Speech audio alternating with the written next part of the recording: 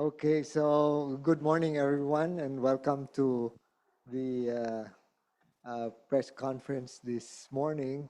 So we are here to update you on various aspects of our various developments in the energy sector.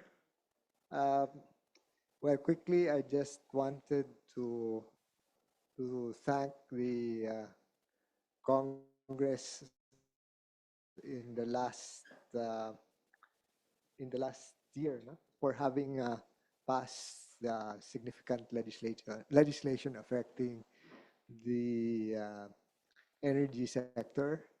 The latest being the Nuclear Energy Safety Act, which was passed by both houses of Congress, and before after 18 years, and USEC Garin will give us some updates on that front.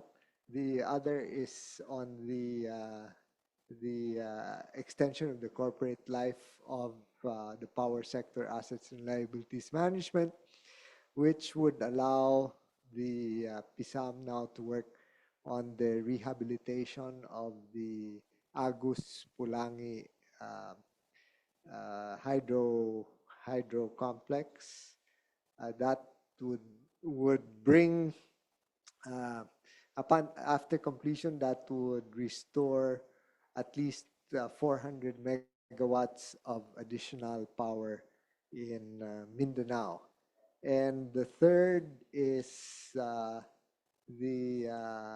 Philippine natural gas law that provides a legal framework for natural gas downstream, particularly for the downstream, which we uh, did not have uh, as a law before that. So on the rest of the legislative agenda is carried over to the next Congress of the Philippines, and this, however, there were on the nuclear front, the focus in the part of DOE, of course, will be on the on obtaining Senate concurrence for uh, international treaties on affecting nuclear power, and these have been already submitted to uh, to the Senate. But I take it that since the Senate is a continuing body, the ratification by the president has been transmitted, and therefore will only require the concurrence of the Senate to these four treaties, which include the Convention on Nuclear Safety, the Joint Convention on the Safety of Spent Fuel Management and on the Safety of Radioactive Waste Management, the Protocol to amend the Vienna Convention on Civil Liability for Nuclear Damage, and the Convention on Supplementary Compensation for Nuclear Damage. Now, these treaties or international conventions, by the way, were signed by the Philippines as far back as 1994 under President Ramos. In fact, all four were already signed by the Philippine government, but it was not ratified by the president and concurred in by the Senate. So that those are, so how many years would that be now? since 19 since 1994. So we've had more than 20 21, almost 21 years for the oldest of these to be acted upon. So the message, of course, is that this has moved forward. And then we are, of course, I know you are going to have questions as well, or requests for updates on what's happening in the upstream and and on Malampaya in particular. So Undersecretary Sales is here also to address a number of your questions on on that. Now we also had was it yesterday that we announced the award of the green energy auction for the third green energy auction for pump storage hydro and for impounding hydro. So Director Cerezo is also here with us, and Assistant Director Ruby de Guzman to answer some of your questions if you have any on those fronts.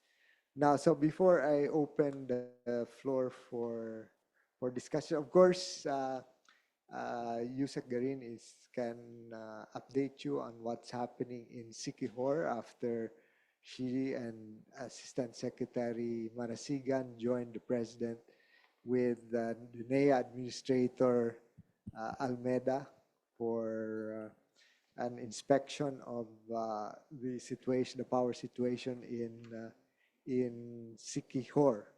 So before I open the floor for your questions, I just wanted to report on the last foreign mission that I had to do last June 2 to 3.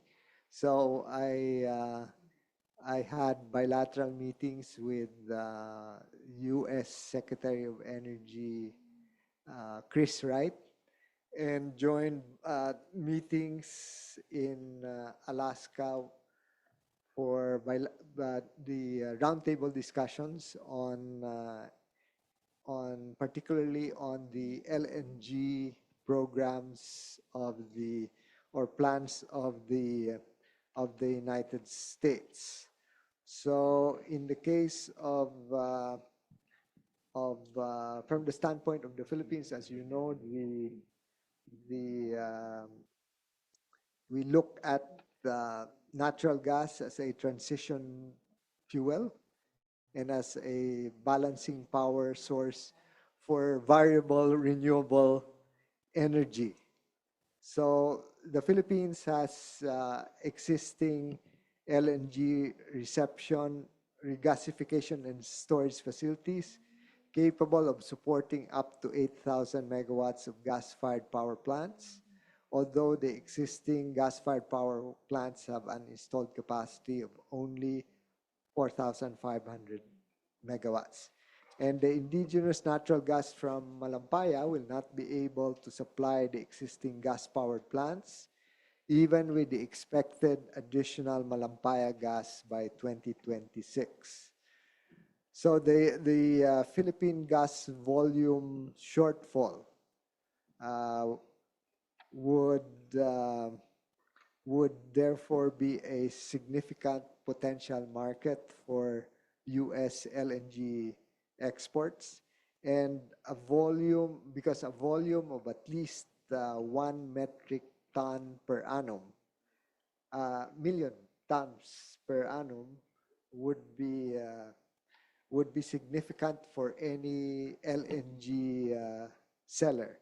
And in the case of it is worth noting that from a security standpoint of the Philippines, the ongoing projects in North America on LNG provides additional or alternative sources of LNG supply for the Philippines. The Alaskan LNG is not expected to be commercially viable until perhaps 2030 to 2031. But the good news is that there is natural gas from the New Mexico basin of the United States, which is scheduled to be deliverable by pipeline through an export terminal in Baja California in Mexico. So it's not going to pass through California of the US, but in Baja California in Mexico by year end of 2026. And this will be the first US gas export terminal on the Pacific side and would be in addition to a Canadian LNG export terminal that is expected to have its first cargo exports in the second half of 2025. So what it means is that there will be additional sources available to us. The United States proponents of the Alaskan gas are optimistic that they can offer as much as a 25% to 30% price advantage as against the Middle East sources of gas for a number of reasons. One, the gas is already there, it has been discovered, and they are simply re-injecting the gas into the ground because there is no pipeline from from the North Slope to the markets. What they have is a pipeline for petroleum, and that's the one that they are actually exporting at this time. So they are in the process of constructing that pipeline for natural gas, and then and to build the regasification, I mean the liquefaction and export terminals so that they can be exported to East Asia. So with these additional potential prospects, we can be assured that in the meantime, that our own indigenous gas production has not yet reached that stage where we can supply from our needs from domestic sources, that there will be alternative sources not only from the Middle East and from Southeast Asia or Northeast Asia, but also from the North American side. Right now, whatever we get from the US passes through the Panama Canal, and therefore you can imagine the constraints that passage through the Panama Canal has on the transport of LNG, and therefore the pipelines would add to the alternatives. Okay, so I think we can have your questions. If you don't, yeah, okay, or shall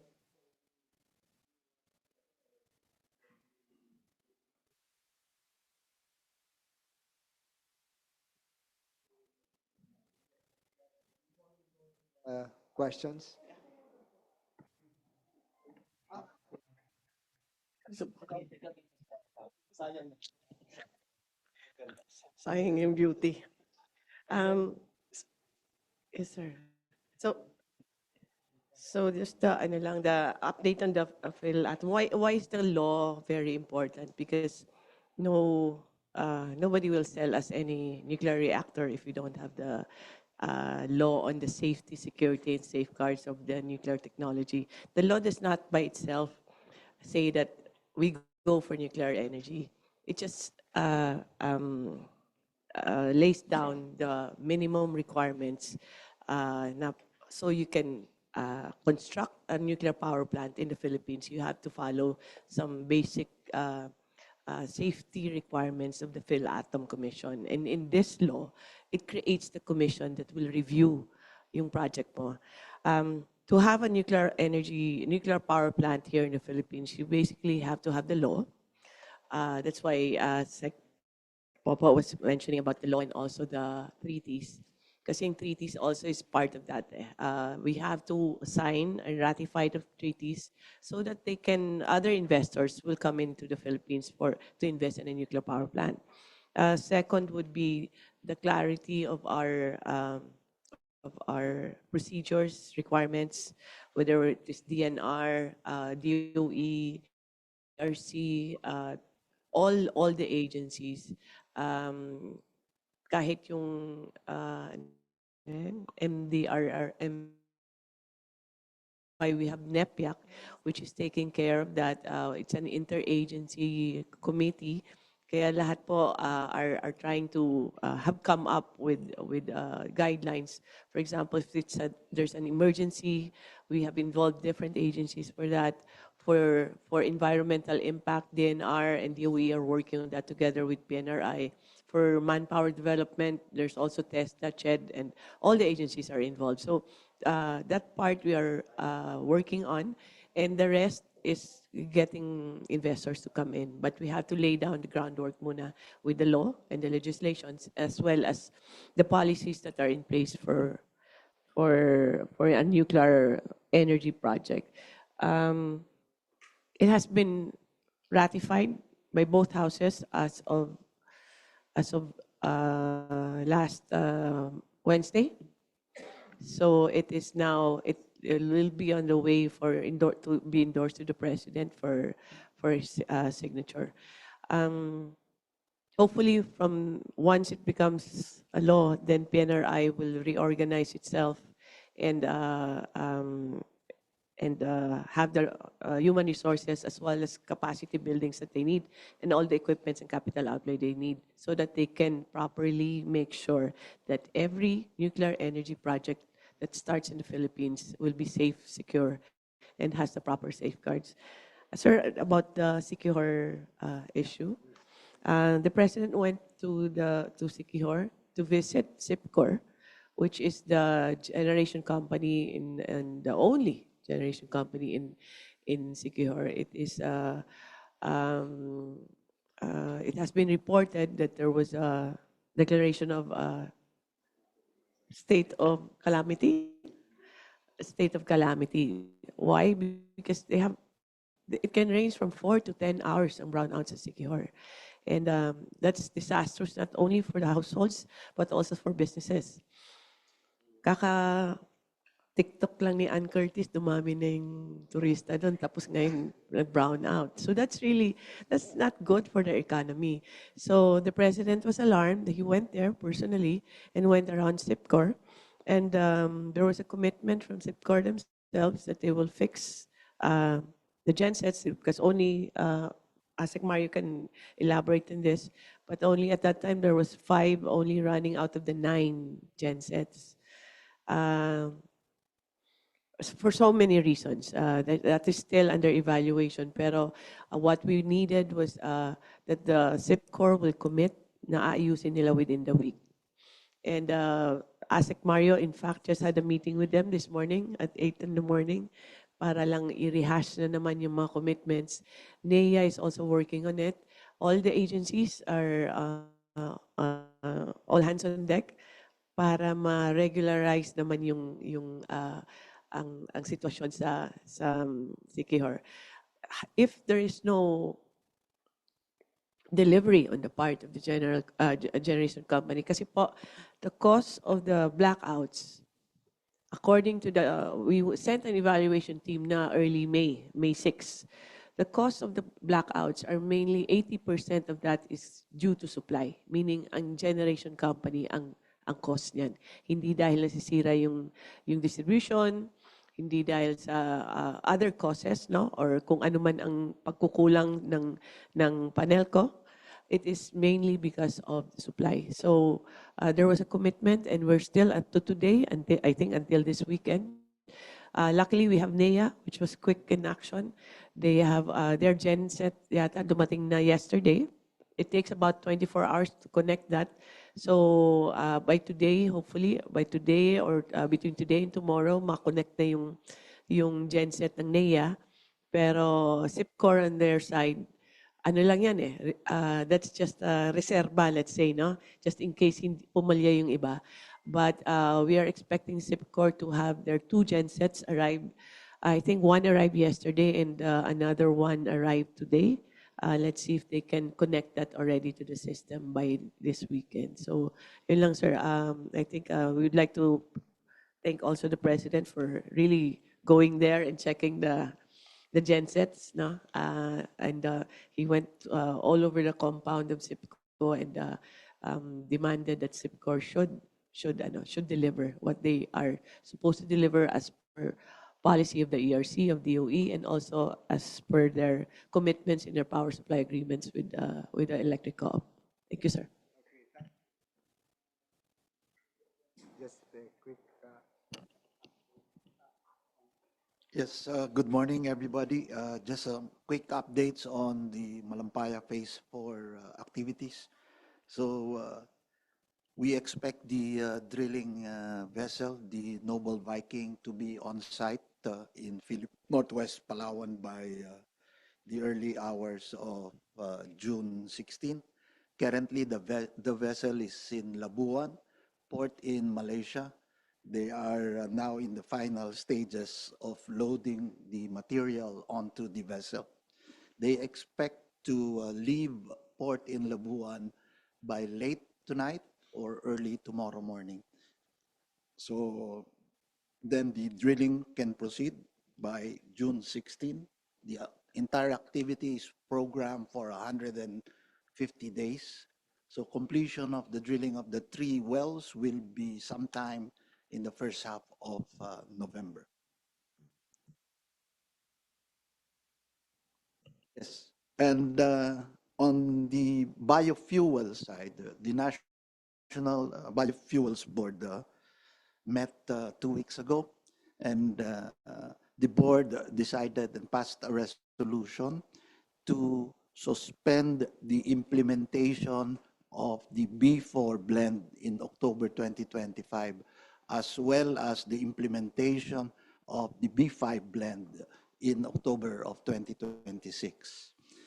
It, this was decided because of the prevailing high cost of coconut oil, which is the principal feedstock for our cocoa methyl ester in, as the biodiesel component in the diesel being sold in the Philippines.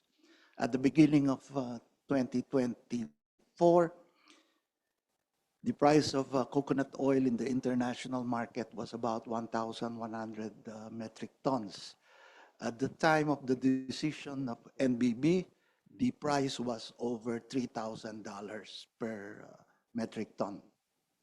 The price last week has now subsided a bit, just below $3,000 per metric ton. But still, it is a significant increase, and the increase actually translates to higher cost of diesel at the pump because of the mandate, and increasing the mandate now to B4 would add to this price pressure.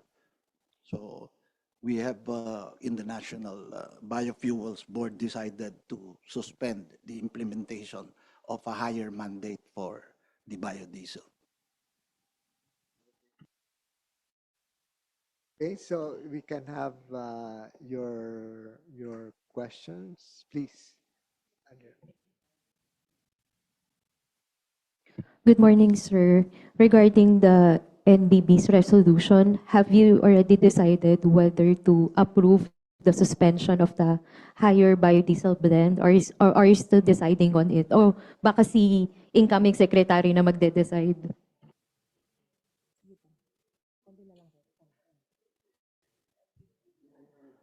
Yeah, but the NBB is now has the resolution moving around the agencies for the signature. So it's more a procedural thing, because under the law, it's the NBB that recommends, and the Department of Energy Secretary will implement or execute. So we're just finishing the procedural aspect of the order.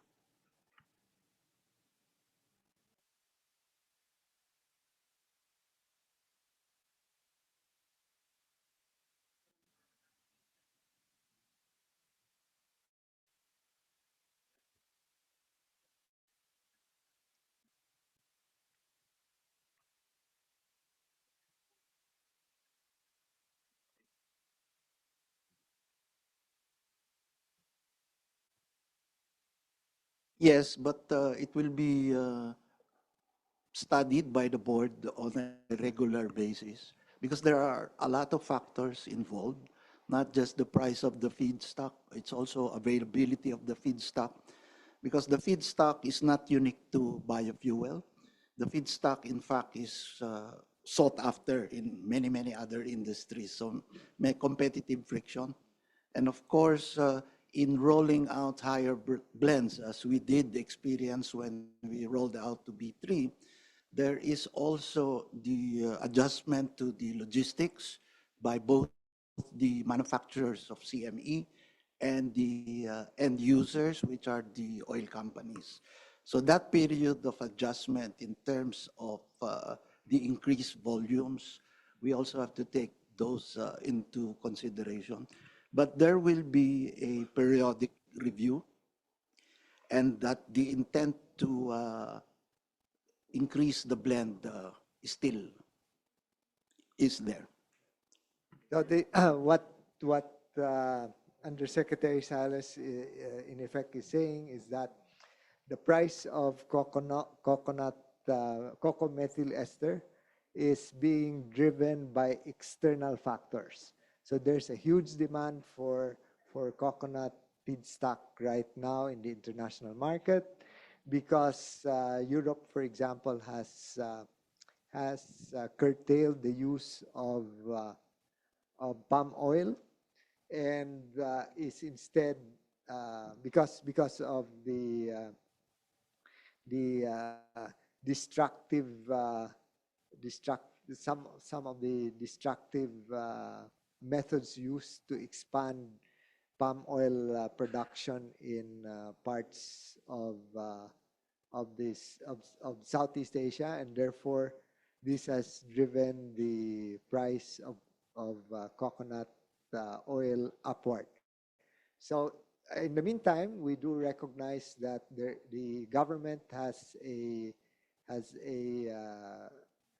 big program to plant more coconuts, and they will be the additional volumes will be available in 5 to 7 years. So therefore, we would have to make sure that our production would meet the demand, and that the both externally and internally. But the bottom line is that our farmers, our coconut farmers, are happy with the prices that they are getting right now for the price of coconut oil. Yeah.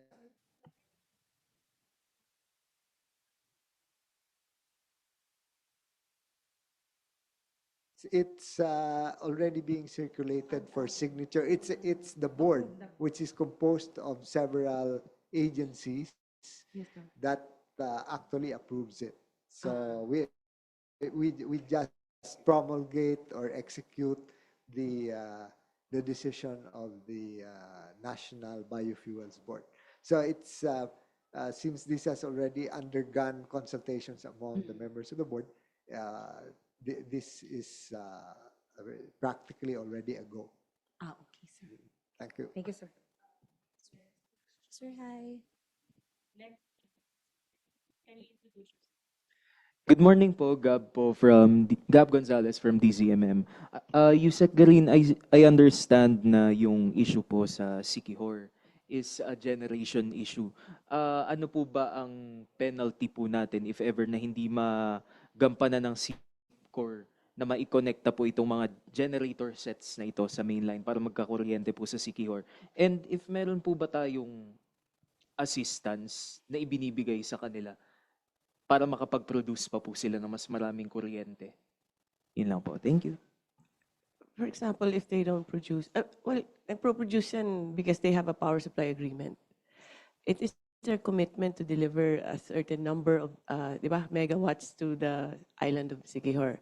Now, if you're asking me about violations under PSA,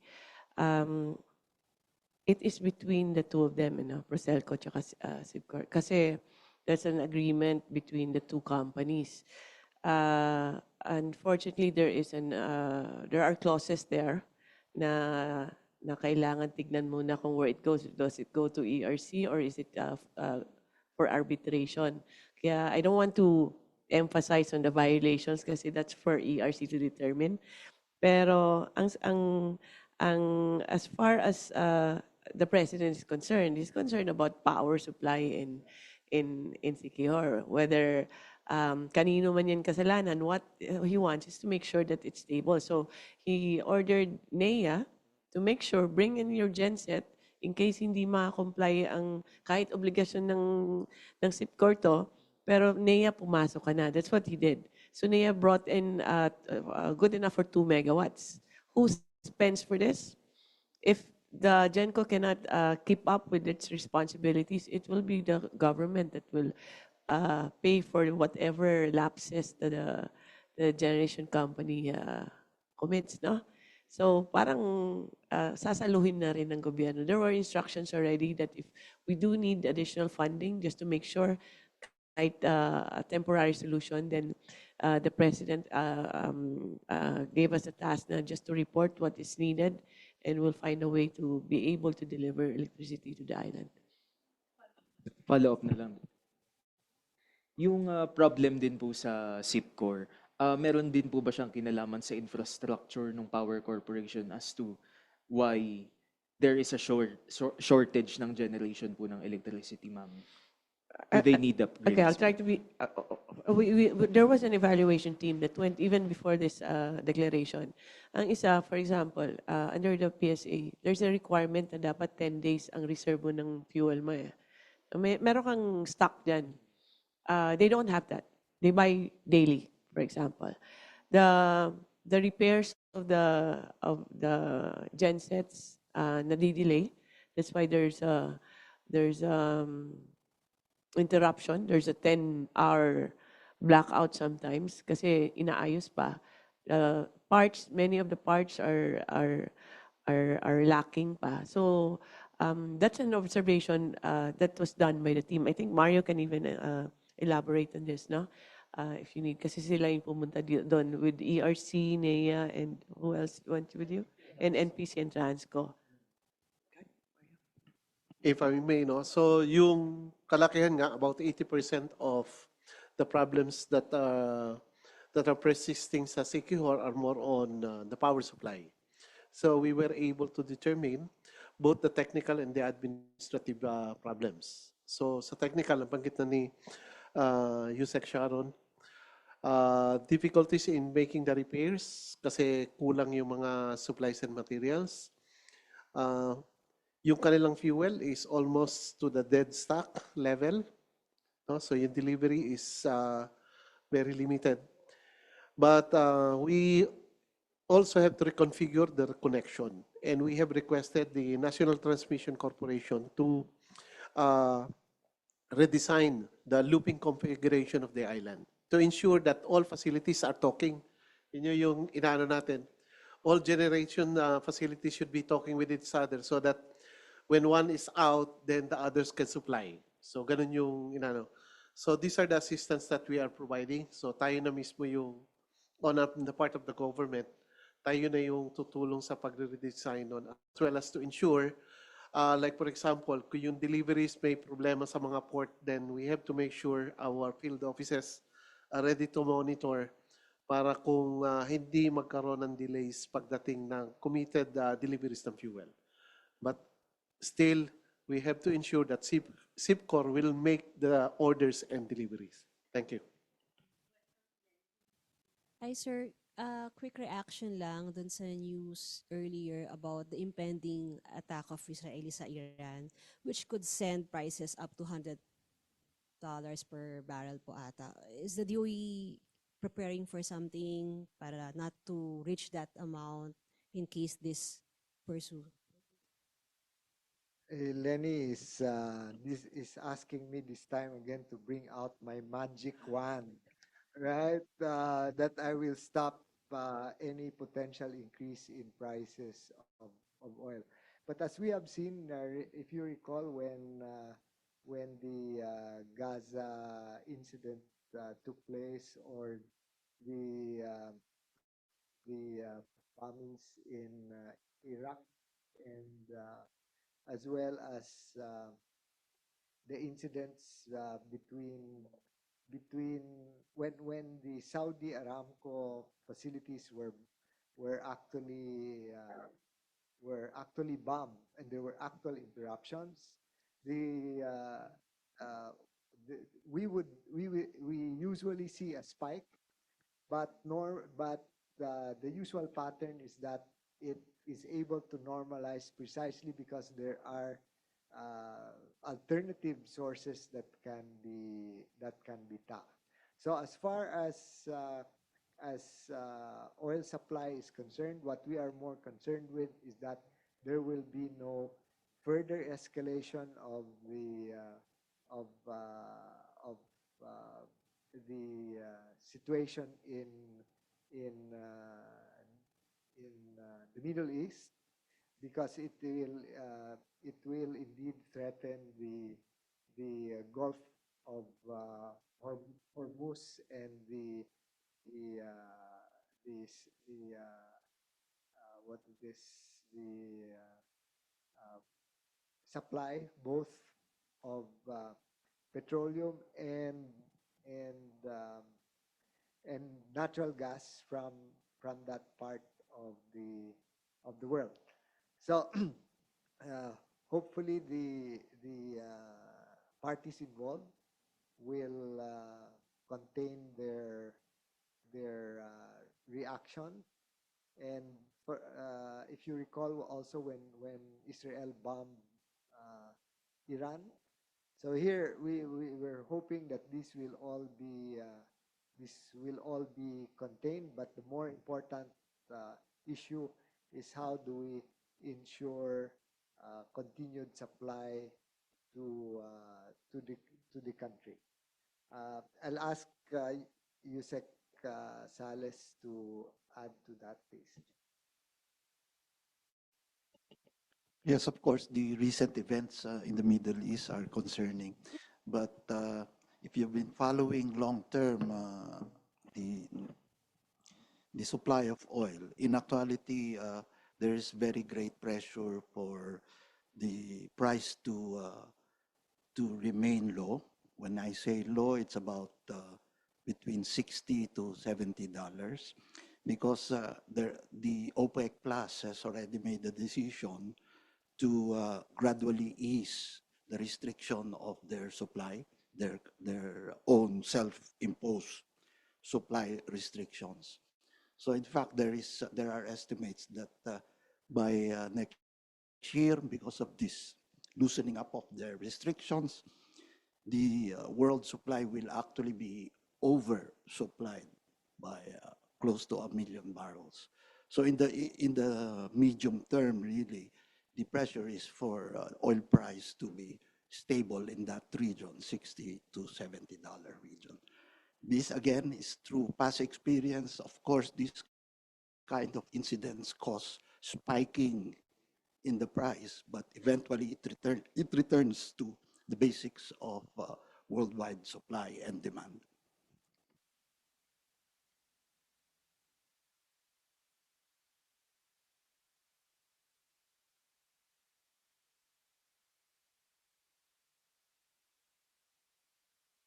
Yung point ng question niya is yung i-alert ba natin yung ating mga kababayan na may parating na malaking increase? And if so, kasi first 3 days, more than 1 peso na eh. Based sa interview namin with the DOE kanina. So kung mag-double pa yung presyo or malaki yung increase, baka lumaki. Anong gagawin natin pag ganyan ang mangyari? Are we going to talk to the oil companies to stagger it perhaps? Or no, let the oil deregulation work? If it's 5 pesos, then it's 5 pesos. Go ahead. uh, we will have to take a look at the actual impact. No? We should not engage in speculation at this point and unduly alarm our people. But if you look at what Yusek Sales is saying is that if you look at the actual prices of petroleum, they are still far from the peaks that we have experienced for example, since the start of this administration, we had as high as more than $100 per barrel. But and we have seen that even before that, we had years when we experienced spikes that went beyond $100 per barrel. But right now, with even with the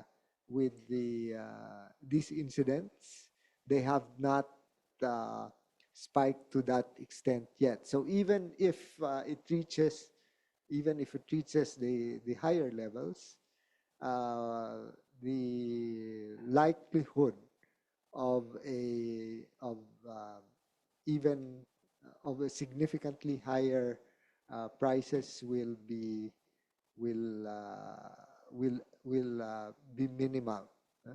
So, but as I've said, we don't have control over the situation, especially in the Gulf in the Persian Gulf or the Arabian Gulf, and let's hope that the passage through the Gulf of Hormuz is not going to be impeded, because while Saudi Arabia is committed to an increase in oil supplies and has an alternative outlet in the Red Sea portion of its territory, nevertheless, much of the supply from Saudi Arabia is on the Arabian or Persian Gulf and has to pass through the Gulf of Hormuz. With due respect, Sec, I don't think it's about reaching the peak, but the jump from last week's price to this week.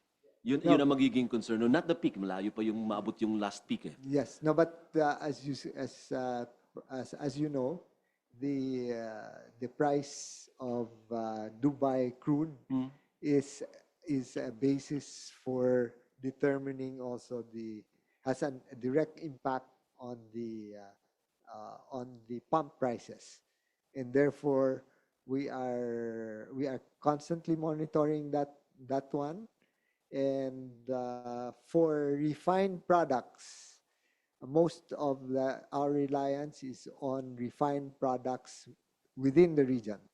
So it's the supply from of crude oil going to the refineries in the region that is of important concern to all of us. Wala po tayong benchmarks eh. Kung halimbawa lang 3 pesos, let's be conservative, 2 pesos, 3 pesos, hayaan natin sila.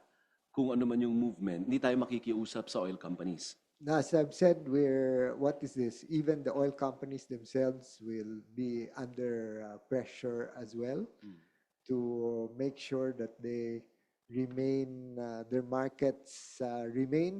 Because if you have noticed, Alvin, and you have commented on this in the past, whenever there is a significant increase in fuel prices, the response of consumers is to cut down on demand, and the positive impact of that usually is an improvement in the traffic conditions.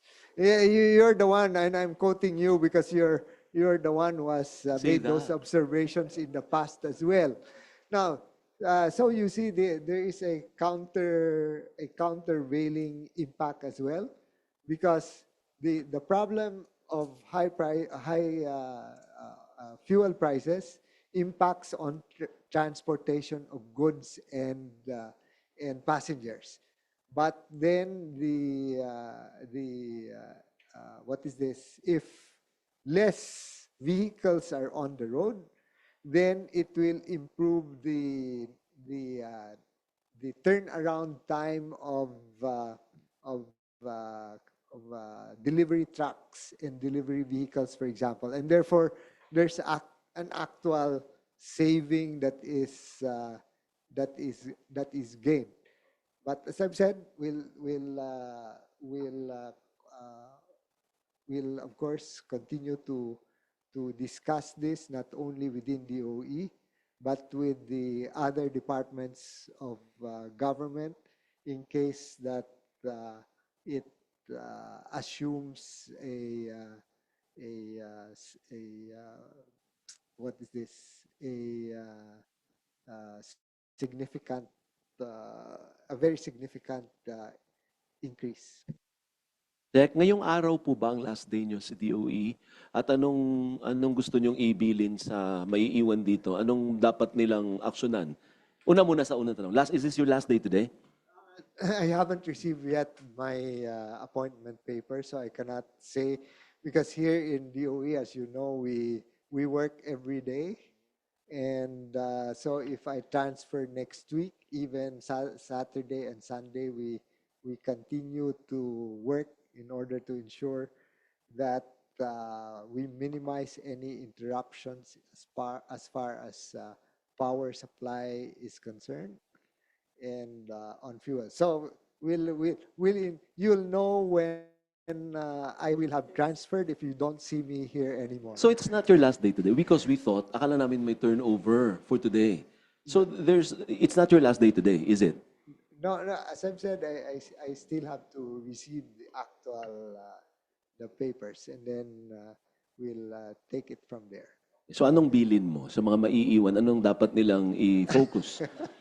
No, I think the president has been clear with this energy agenda, and it's a significant question in the sense that we are into the midterm, and the president will be delivering his State of the Nation address by July, and he has asked us to take a look in the department on what are the things that we have been able to do. And part of that, as you know, are the programs that were contained in the Philippine Development Plan from 2023 to 2028, as well as the Philippine Energy Plan from 2023 to 2050. So we have set those the targets, as well as the things that need still to be done. But we are also in the process of reviewing not only the Philippine Development Plan, but the Philippine Energy Plan as well, which continues to be updated. But for sure, this is the thing that I wish to emphasize. When the president came into office, all the predictions were that we were going to suffer massive brownouts. Remember those reports that uh, that you also circulated? So that frightened many people into buying gen sets, and that's why I've been issuing apologies to those who bought gen sets and did not have to use them. So this is, I think it's important to recall that since the president came into office, over 2,900 or almost 3,000 megawatts of new capacity was installed from July 2022 to February 2025. And the commercial operations of 32 newly constructed generation facilities, and more than half of that installed capacity is from renewable energy. Then, because the renewable energy is variable, this was accompanied by energy storage facilities that also increased by an additional 500 plus megawatts. So in the meantime, we have, if you recall, 1,200 megawatts of Ilihan was not in the system when this administration came in. So that 1,200 was restored, 1,200 megawatts was restored, and we have at least right now 30 more than 13,000 megawatts of committed projects between 2025 to 2028. That one, we hope to increase the number of those committed projects, and the availability of what I mentioned, which is the additional or unused uh, LNG reception and regasification facilities. We have a potential of 8,000 megawatts and of supplying 8,000 megawatts, and we're using only 4,500 megawatts right now, which means that there is, if the demand is there is room for additional capacity of 3,500 megawatts just from liquefied natural gas. So if what is this? Um, and you will also recall that when the president came into office, we had problems with the Malampaya supply. And that's why we had to move quickly. And now we have more regular supply from Malampaya, even though it the field itself is depleting, and that also explains why we are committed to ensure that the additional drilling is going to take place. And just also for a bit of recall, the the completion of the transmission projects is very important because it allowed us to get to do away with stranded power and bring the existing uh, power supply to where they are needed in the rest of the country. So we just have to sustain the president's uh, energy agenda. It is he who has set in motion these things, and uh, the team in DOE is committed to pursue this. And of course, this is also an opportunity for me to thank the the Department of Energy officers and staff for having worked so hard uh, night and day to ensure that we are able to meet the the targets. Okay, so thank you. Ano lang, teka, may dagdag lang ako pwede. Like when I just wanted to add, because like when Sec Popo started, the marching orders was like renewable energy, nuclear, and I think we've accomplished that. Um, we've over the past 3 years, there were like 4,000 megawatts of new installed capacity, no? And then the next 3 years, we still have like how much was that? 11, 11,000, 11, 11 gigawatts incoming. For that, it's because we opened up the first issuance of Secretary Popo was to open the renewable energy to 100% ownership, foreign direct investments. And then we became number 2 in the world as the most attractive destination for renewable energy investments. We became a one grid nation, uh, and so many other reforms. I think DOE has done spectacularly in policy reforms. And we are number 2 in the world because I think Bloomberg cited the first and the highest score that we have is the policy reforms that we have done. So Alvin was asking about like what's next. I think it's continuity as per instructed by Sec Popo, that we continue what we have done so far because we can still improve on it. And also the implementation that what we have accomplished. Kasi marami na pong contracts, we just have to make sure that they happen. So I think we continue the policies and the reforms that Secretary Lotilla has done para mapatuloy yung targets ng presidente by 2028. So I think the key word, not only for the media but also for the for all the DOE family, is continuity talaga. Everybody stays as long as you've done your work well, and you believe in the reforms that we have done, then everybody stays as is and continue what Secretary Lotilla has done. Kasi marami namang accomplishment yata yung DOE. Hindi lang puro lang kami mga technocrats, hindi lang mahilig mag-publicize. Pero we work hard to make sure that we achieve the targets of the president. So for that, we are really grateful for things that Sec Popo has taught us to do as far as public service is concerned. Thank you po. Okay. Anything else? Thank you. Hi, Sec. Sir, since you're stepping into a new role sa DNR, how will you deal with energy projects? Is this one of your priorities, and especially ECCs po? Thank you.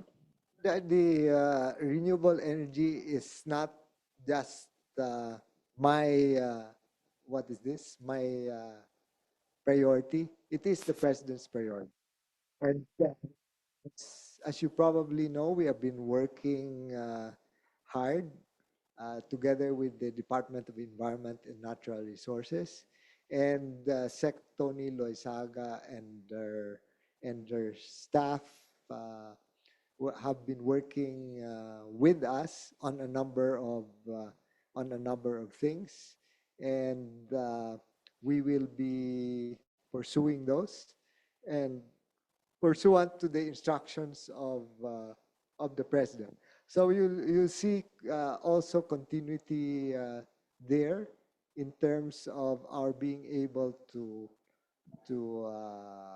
work with DNR on not only on the ECCs but also on policies that would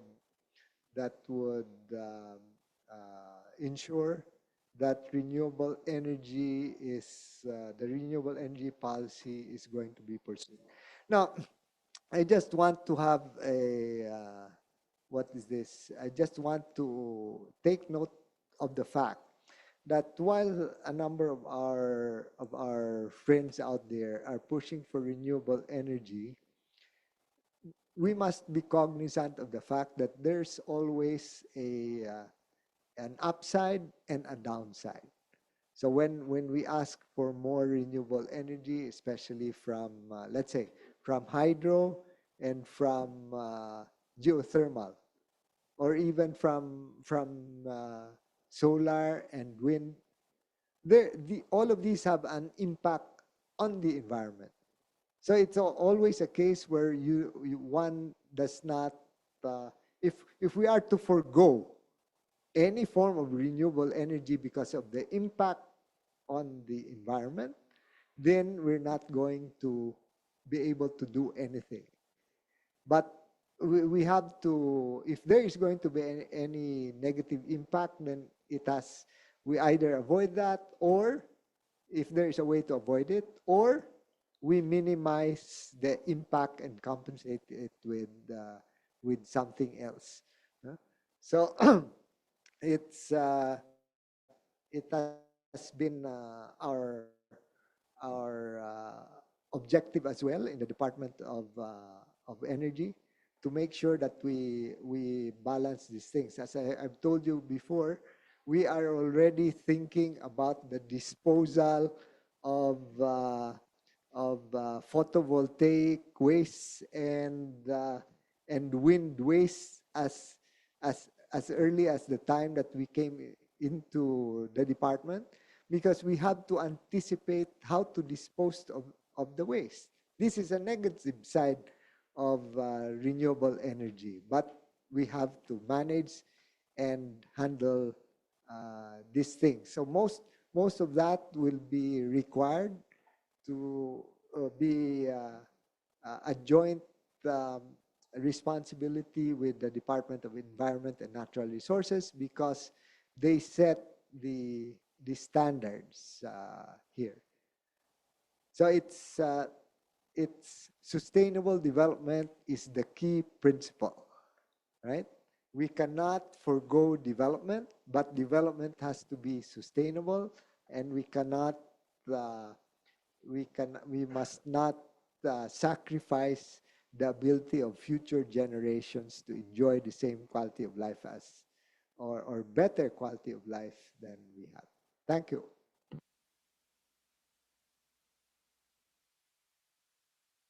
Hello, sir. Good morning, sir.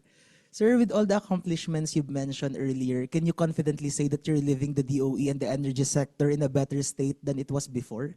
I think I would leave that to be answered by you and by the public. What I'm just asking you is are you better off now in terms of energy security and energy supply than before, than 3 years ago? So you are the best judge of that. Pero sir, ikaw, assessment mo, sir, sa performance mo, sir. With, Uh, sir, self-assessment, sir. No, I it's not, as I've said, my achievements or my attainments. It is that of the department, and I really have to commend them for having worked hard to attain these things that we have done. I cannot do all of these things alone. Yes. And it is they who have really driven the president's energy agenda. So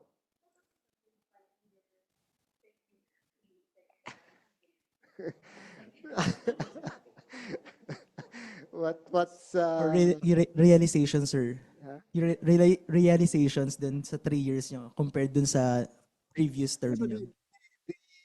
my previous stint was under different circumstances. So at the time, the government was a major player in the power sector. Now, it is no longer in control of the generation assets, the transmission assets. So it has been different. And you raise a very important question because what I would like to see is a change in the attitude of the public and of the private sector itself. Since the private sector is the one that is running and directing our energy sector from upstream to downstream, then they should take more responsibility for both failures and for advances in the sector. Whenever there's a problem with power supply, I, our business sector and our consumers should not only look at DOE and the government for answers. They should hold the private sector stakeholders accountable for any failures and also give them credit for any progress. And I would say that it's been a mixed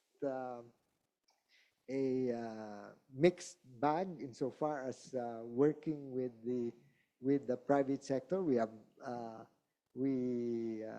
thank them for cooperating with us, with the department in pursuing and implementing the policies. But there are areas where private sector still has to improve. Market failure can happen and has happened. So Sikihor is the latest problem of involving market failure. We saw that in Mindoro last time. So there is still we are still looking for the right balance between government regulation and private sector initiative. So there's as Yusek Sharon was pointing out, there are still a lot of areas where we can improve, and that is the continued continuing challenge. But the Department of Energy and the President's administration are committed to pursue those changes and reforms. Thank you. Thank you, sir. Last question on my end po, Miss Andrea, sorry. For Yusek Garin, Yes. Yusek, the industry is upbeat on your promotion as incoming OIC because they are expecting you to, especially, they're expecting you to accelerate the country's nuclear agenda. What's your reaction on that? And second question, what can the public expect from you in your first few months or first 100 days as DOE acting secretary? Okay. I'll tell you, sir. uh, yung first 100 days, I think ang kailangan naming trabahuin ni Mario is that Sikihor has to be regularized. That's the first and the foremost. Yun talaga yung instructions ng President because he wants it back. So, na maayos na yan. So, we're hard at work at that. And then yung second, yung sa nuclear, it's already been accelerated naman since this administration started. It's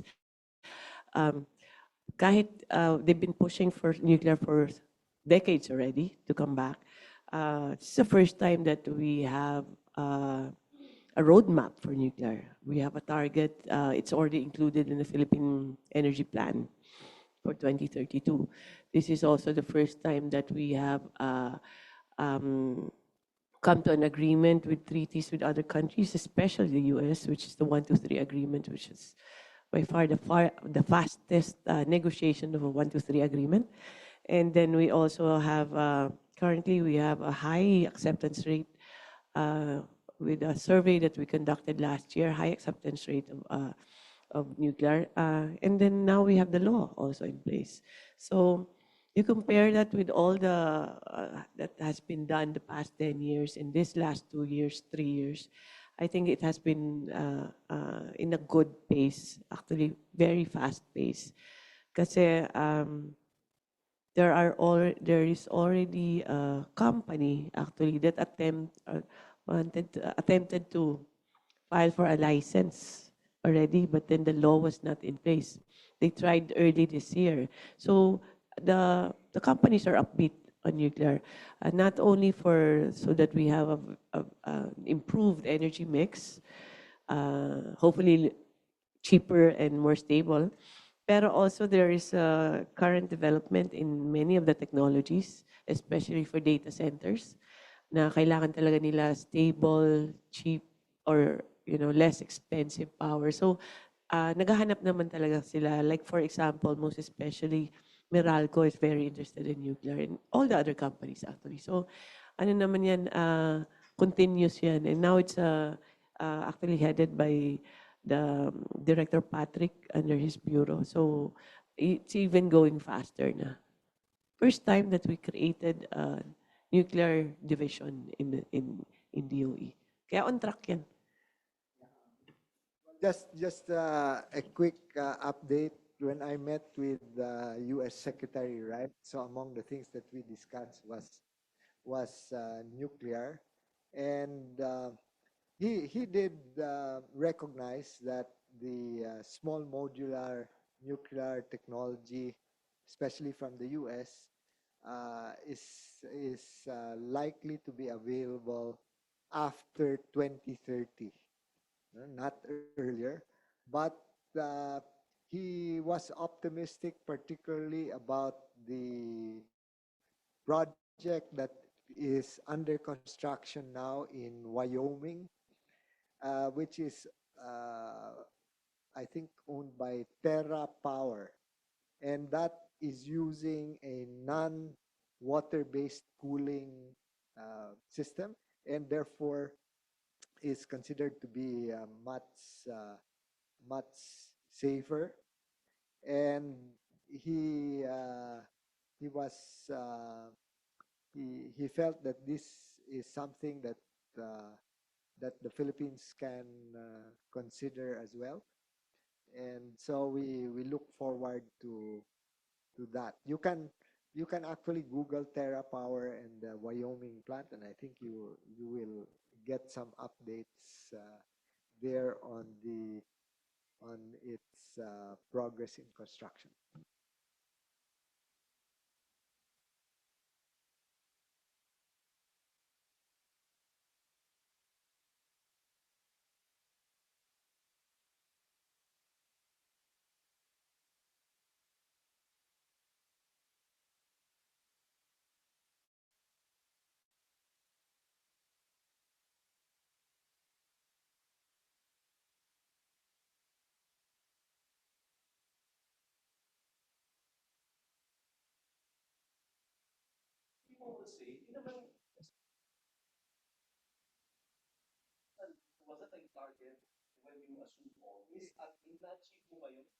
It is a target, and where is the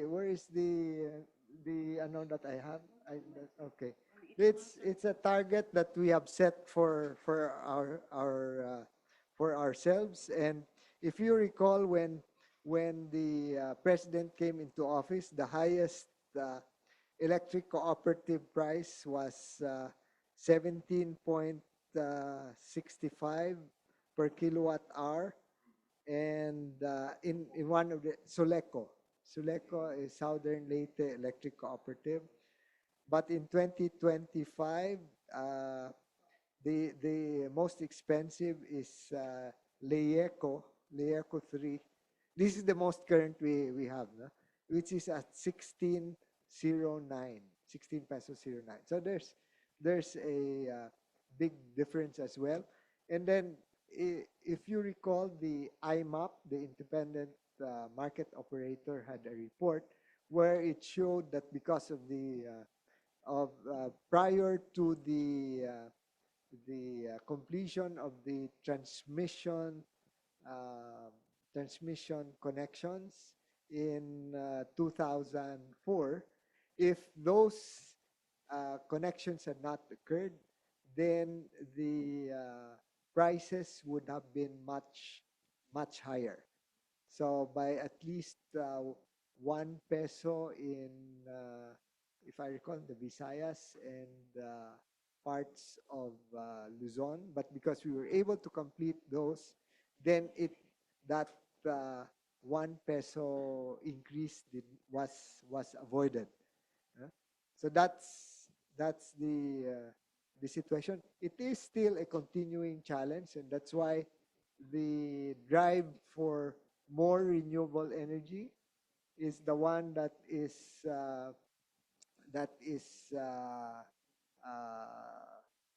also designed to bring down prices not only in the grid but also in the off-grid areas.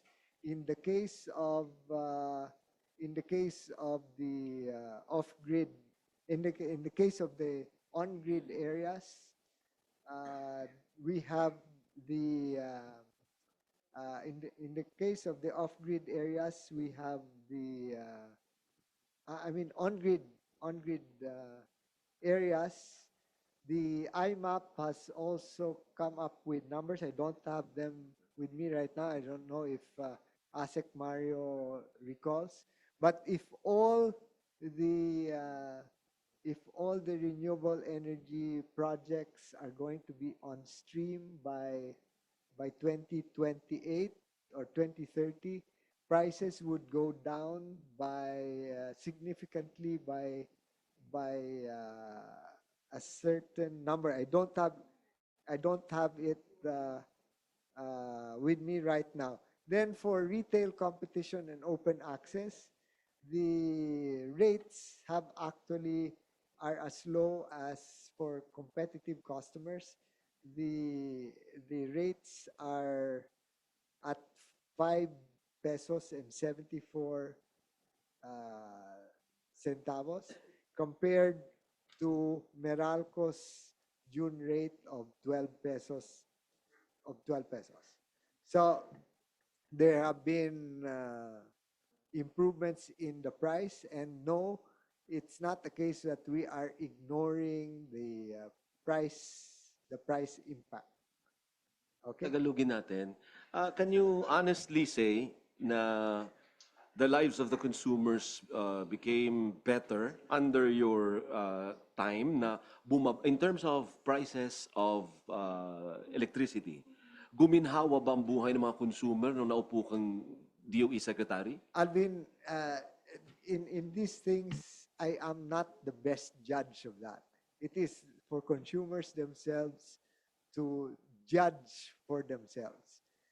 As you know, I've always stressed the fact that our problems are not only with generation, with transmission, but also with distribution. And we still have to see significant improvements in the distribution area, especially with our electric cooperatives. Some of them are struggling with distribution lines that are 40 years old. And so the constraints are there on the ground. Now we have tried to address many of these problems, and the situation has improved in some. Nevertheless, there are still areas which are experiencing those problems, like Sikihor. So my observation is that in in the past, we there were those who thought that privatization will be the cure, but it has we what we have seen is also market failure, and therefore government is trying to make sure that we have the ability to intervene effectively, and that's what regulation is for, not in order to make life difficult for private sector, but where private sector is involved, then to make sure that private sector performs its responsibilities to our people. Thank you. Ah, teka, sandali. Alvin, dagdagan ko lang. Can I just add, because Sec Popo laid the groundwork for future to have a better prices and energy security. Kasi if you look at the simulations sa IMAP, if all the projects come in and all are implemented, right now kasi 2025 yung average sa Luzon ng renewable is 4.95. If all projects come in by 2028, it will be 4.02. And by 2030, 2.62 na lang siya. You don't reap the benefits today of what our secretary has done. It's antay-antay lang. Hindi naman kasi immediate yan na they will declare, oh, mag-lower na kayo ng electricity. It doesn't work like that because you have transmission, generation, and distribution that you have to get everybody in place. So, of course, because the foundations are there already. Like yung supply natin for indigenous, like the work of Yusek Sandy. It's the first time na may bago tayong contract na Yusek Sandy, no? But we will reap the benefits of that. Magdi-drill pa eh, di ba? Mag-survey pa, drill pa. That will take years, probably a decade. But at least somebody has to start that. Even a nuclear, you have the law now, but how long does it take to construct one and to get the permit? You cannot fast track that.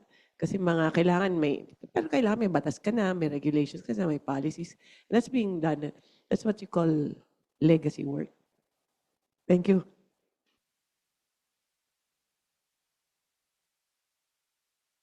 Everyone, and what is this? The what's the situation report? Meron na, but you'll update them later, no? You can ah, I see. You'll be there, huh? No, what is this? It will always be a continuing conversation with you.